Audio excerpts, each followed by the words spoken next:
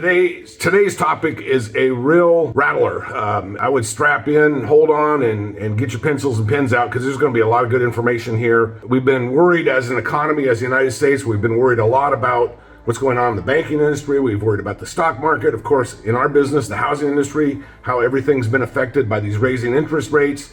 The bond people, the bond market guys, they're all panicked because bonds are inverted. While all of this stuff is going on over here, little down in the corner over here is something that's going to impact us even more. And it was an executive order signed by our president on the 23rd of this month. It's an executive order authorizing implementation of what's called CBDC, Central Bank Digital Currency. Okay, so this is going to be a concept that we're going to be talking about in some future episodes, but let me just give you the kind of the primer on this thing, what this is. This is designed to replace the dollar, designed to replace credit. It's designed to be a one source, one-stop shopping. Basically on your phone, you will have the ability to buy anything and to receive anything instantly. So all of these time delays, checks in the mail, this is how they're going to sell it to you, by the way. All these checks are in the mail, you're going to get paid immediately. You don't have to go to the bank and cash a check. Everything is going to happen electronically right into your phone, and anything you want to buy will come off that phone. There's not going to be any need for real cash anymore. And it is designed, on the surface, is designed to make our life easier, right? Use current technology, that type of thing. Let me tell you about some countries that have already implemented CBDC. The biggest and most successful so far at their implementation is the country of China. Of course, they have a surveillance-based economy. Now, keep in mind, that's going to be something we're going to have to deal with here pretty shortly. Surveillance-based economy. Basically what that means is they can control everything and they surveil everything. They have the largest number of closed circuit cameras, we would call them things like rings and things like that can record everything all over the country, and they have the highest population of recording devices per person in the world. The whole rest of the world combined has less than what China has. Now here's how they use it.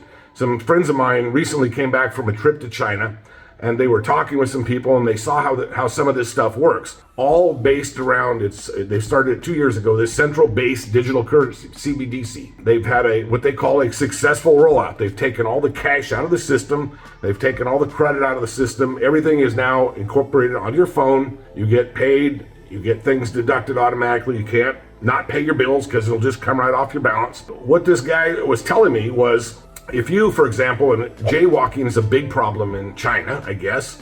I didn't know that, but one of the things that they do in China is if you jaywalk, there are cameras everywhere, and they can literally, from the back of you, they can tell who you are. Now, I know this was like a comedy movie a couple of years ago, this snapback thing where they could look at your back and they could tell you who you were. But they have the ability with all these cameras to actually see who you are. There is no judicial system anymore on the lower level crimes in China. You immediately get fined, and it immediately comes out of your CBDC, your account, your entire existence. So, it's not, you can't plead anything. You can't say it wasn't me.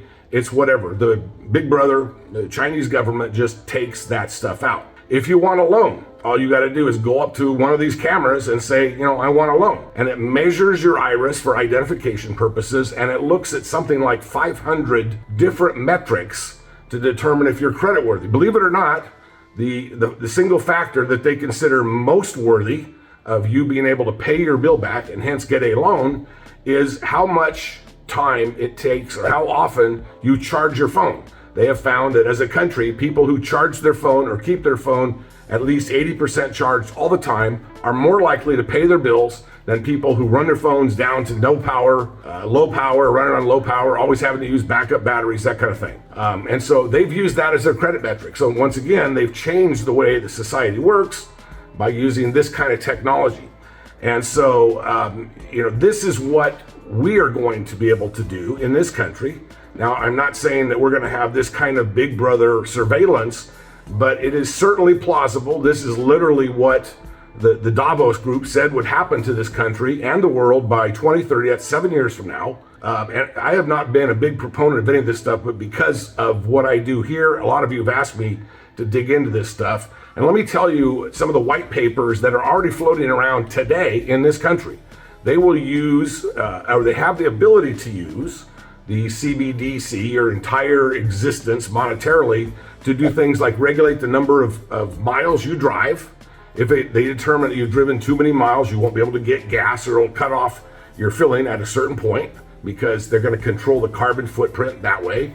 Number two, same thing with meat or dairy products. If they decide you've had enough because that many cows creates this much carbon, you've had your allotment for the week, it just shuts off your card. You won't be able to, or your phone, it won't be able to charge for any of those types of products. And finally, and China's already doing this, they have determined there's a certain amount of, now they do it for different reasons, certain amount of travel that you're allowed in the air by airplane. And when you get to whatever miles they determine, they will cut you off for the month. You got to wait till the next month and start it over again. And they could certainly take that, instead of using it for controlling or surveillance-based economy, they could certainly do that in this country, because if we're insistent upon reducing our carbon footprint, that would be one good way to do it. Say, listen, you're spending too much of your carbon footprint on United Airlines. You can't go until next month. You're done for the month of March. Now we're almost done with March anyway, but nonetheless, you get my point. This thing could be a big, and it probably will be, a very severe controlling of our civil rights, our constitutional rights. And it's going to be couched with flowers and candy, and it's going to be couched as the best thing since sliced bread. Before that happens, you're going to see a bunch of banks go under. There's going to be a consolidation of banks. The Wall Street Journal came out with a couple days ago an article that talked about there's 100, I think it was 186, so they have to check me on that, but I think they said 186 banks that are very close to becoming insolvent.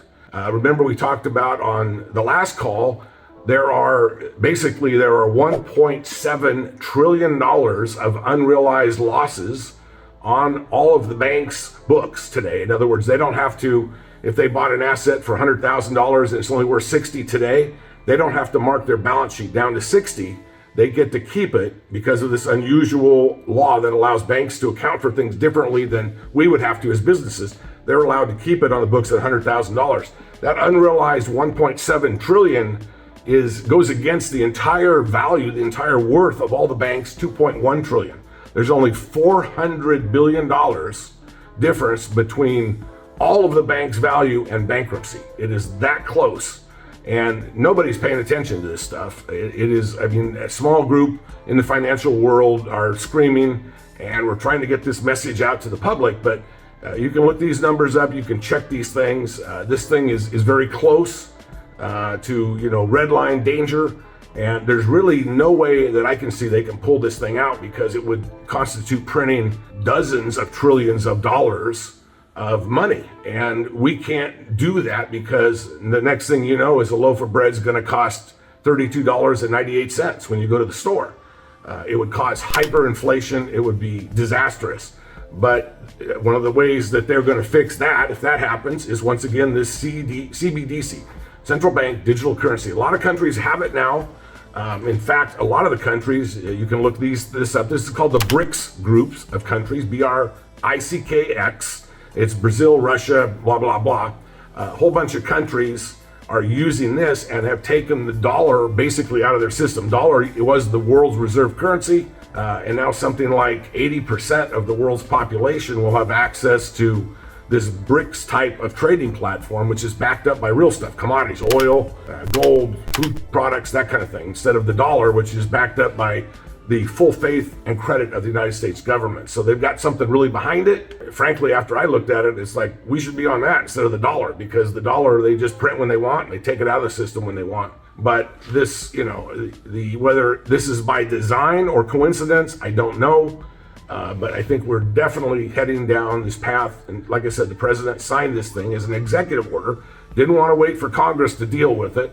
To implement later this year the CBDC. It'll be rolled out sometime here in 2023 in the United States. So keep your eyes open for that stuff. We'll keep you updated on future news you can use and tell you, how this is going to affect everything out there.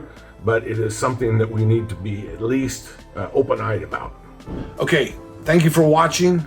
If you get a minute, I would love to hear your comments about what you think of these videos. Feel free also to put in any topics down here in the comment section, things that you'd like to hear me discuss. Any questions you want, go ahead and put in here.